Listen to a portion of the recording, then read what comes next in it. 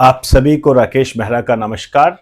राकेश मेहरा जी के क्लासेस की तरफ से मैं आप सभी स्टूडेंट का हार्दिक स्वागत करता हूं।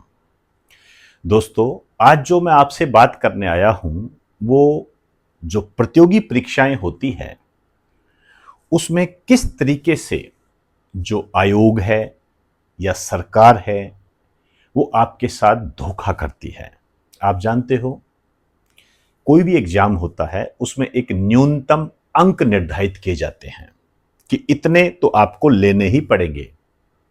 40% होते हैं और छूट जब दे देते हैं तो 35% के आसपास हो जाते हैं। ये आप समझते हो, मतलब आपको तभी आगे बढ़ा हुआ माना जाएगा जब आप कम से कम इतना परसेंटेज प्राप्त करोगे। ये आप जानते हो, लगभग हर एग्जाम में ये हो गया लगभग। अब यदि हम इस एंगल से देखें कि क्या यह व्यवस्था सही है, तो मैं एक टीचर होने के नाते कहूंगा कि हां, बिल्कुल यह व्यवस्था सही है।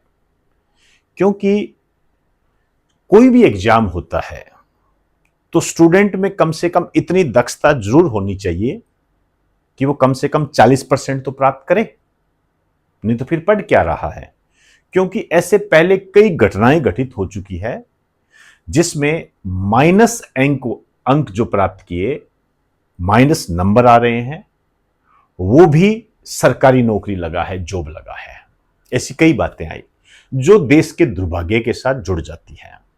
इसलिए यह बहुत ही अच्छा कदम है कि मिनिमम मार्क्स या परसेंटेज रखे गए हैं। यदि आप इतने नहीं ले पाते हो तो आपको नौकरी नहीं मिलेगी, चाहे कुछ भी हो जाए।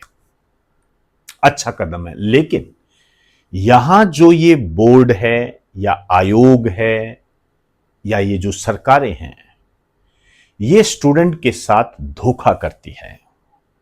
किस रूप में धोखा करती है? ये इस रूप में धोखा करती है कि पेपर को इस तरीके से सेट किया जाता है कि आप मिनिमम से मिनिमम मार्क्स भी प्राप्त नहीं कर पाते हैं। मिनिमम से मिनिमम इस तरीके से वो पेपर को सेट करेंगे कि आप पास ही नहीं हो सकते। बिल्कुल, यदि कोई मुझे ये कहे कि आप ऐसा पेपर बना दो कि स्टूडेंट 20% से ज्यादा मार्क्स ही ना ले पाए, मैं आपको विश्वास दिलाता हूं, मैं ऐसा पेपर बना सकता हूं। और यही हुआ है। और ये जो हुआ है, राजस्थान लोक सेवा आयोग अजमेर, ये 17/7/2026 का है। क्या लिखा है? आयोग द्वारा कॉलेज शिक्षा विभाग हेतु राजस्थान शिक्षा सेवा महाविद्यालय शाखा नियम 1986 के अंतर्गत सहायक आचार्य स्टैटिस्टिक्स प्रतियोगी परीक्षा 2025 के प्रश्न पत्र फर्स्ट और द्वितीय की परीक्षा का आयोजन दिनांक 19/12/2025 तथा प्रश्न पत्र तृतीय की परीक्षा का आयोजन 7/12/2025 को किया गया। उक्त लिखित परीक्षा के परिणाम स्वरूप संबंधित सेवा नियमानुसार तथा विज्ञप्ति पत्र के दृष्टिगत उक्त परीक्षा के अंतर्गत न्यूनतम उत्तीर्णांक प्राप्त कोई अभ्यर्थी उपलब्ध नहीं है। मतलब सहायक आचार्य स्टैटिस्टिक्स की जो प्रतियोगी परीक्षा थी 2025, उसमें जितनी भी सीटें निकाली गई थी उनमें से एक भी पास नहीं हुआ है। एक भी पास नहीं हुआ है। अब गवर्नमेंट का क्या कहना है? हमने तो निकाल दी, वैकेंसी तो निकाली थी, आप ही क्लियर नहीं कर पाए। तो गवर्नमेंट अपनी तरफ से हट जाती है, वो कहती है हमने तो निकाल दी, अब आप ही पास नहीं हुए तो हम क्या करें। समझ रहे हो किस तरीके का ये खेल खेला जा रहा है? और ये खेल पहला नहीं है।